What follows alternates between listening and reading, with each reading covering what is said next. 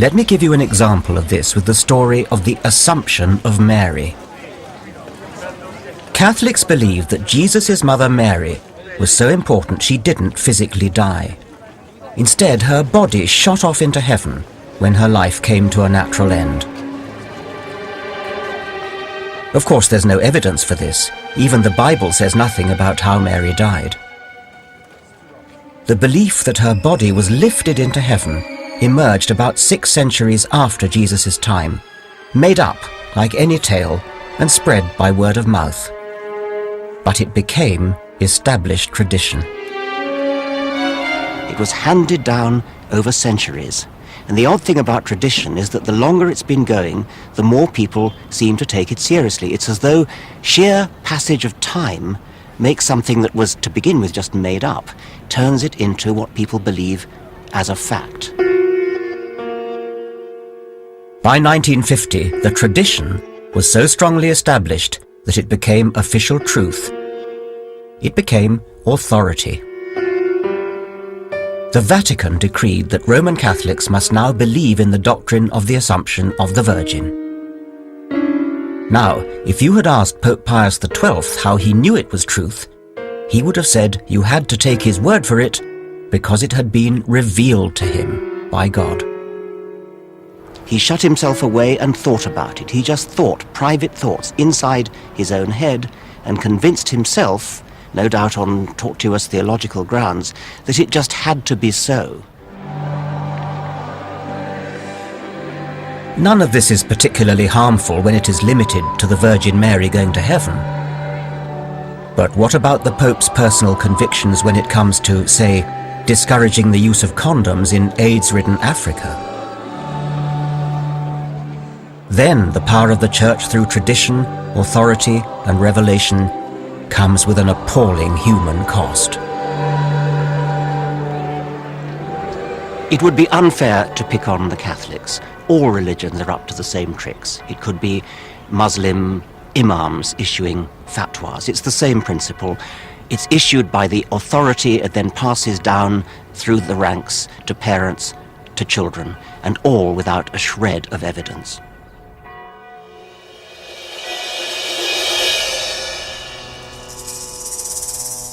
Unlike science, which sees it as a challenge, religion thrives on unsolved mystery.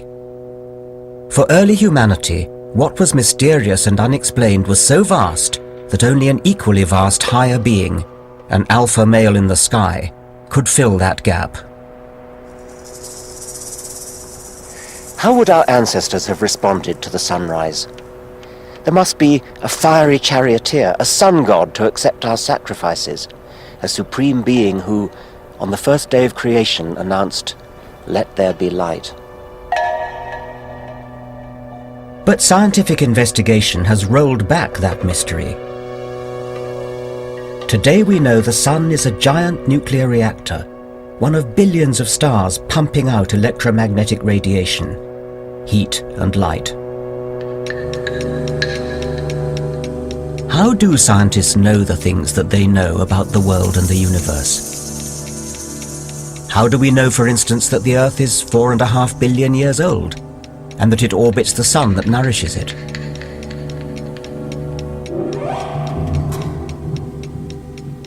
How do we know that these dinosaurs are hundreds of millions of years old? The answer is evidence. Tons and tons of mutually supporting evidence. Science is about testing, comparing and corroborating this mass of evidence, and using it to update old theories of how things work. I do remember one formative influence in my undergraduate life. There was an elderly professor in my department who had been passionately keen on a particular theory for, a number of years. And one day an American visiting researcher came and he completely and utterly disproved our old man's hypothesis. The old man strode to the front, shook his hand and said, "My dear fellow, I wish to thank you. I have been wrong these 15 years. And we all clapped our hands raw. That was the scientific ideal of somebody who had a lot invested, a lifetime almost invested into theory. and he was rejoicing that he had been shown wrong and that scientific truth had been advanced.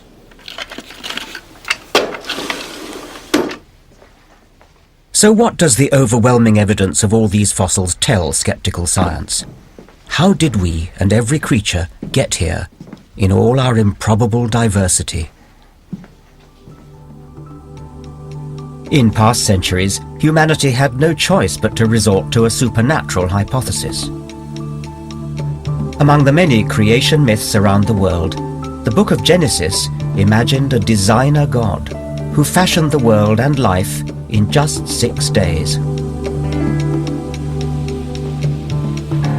Finally, in the 19th century, science pieced together what had really happened. Charles Darwin hit upon a truly brilliant idea that elegantly explains all of life on Earth without any need to invoke the supernatural or the divine.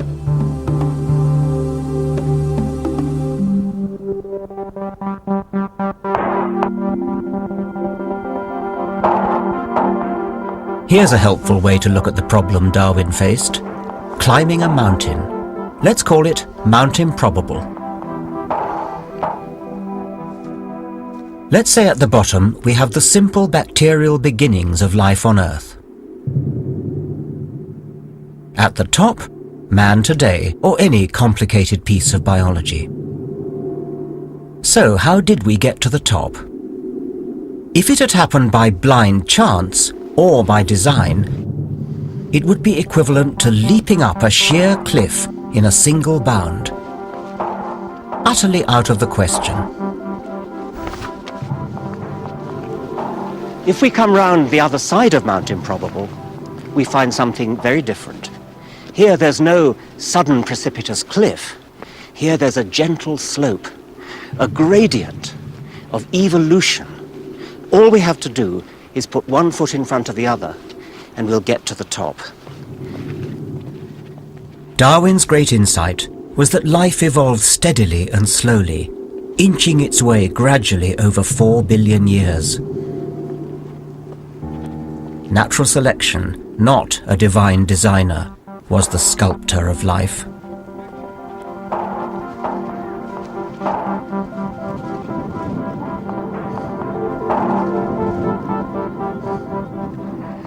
So evolution, driven by Darwin's motor of natural selection, gets us to the top of Mount Improbable, from primeval simplicity to ultimate complexity. The design hypothesis couldn't even begin to do that, because it raises an even bigger problem than it solves. Who made the designer? The abundance and variety of life on Earth may seem improbable, but it's self-evidently futile to invent an improbable God to explain that very improbability. I thought that in my lifetime evolution would be accepted and taught around the world as a scientific fact, supported by overwhelming evidence. But unfortunately, the whole point about faith is that even massive and constantly accumulating physical evidence cuts no ice. Evolution today is under threat. In the Bible Belt of Middle America, evangelical Christians are fighting back against science. Our Father, who art in heaven,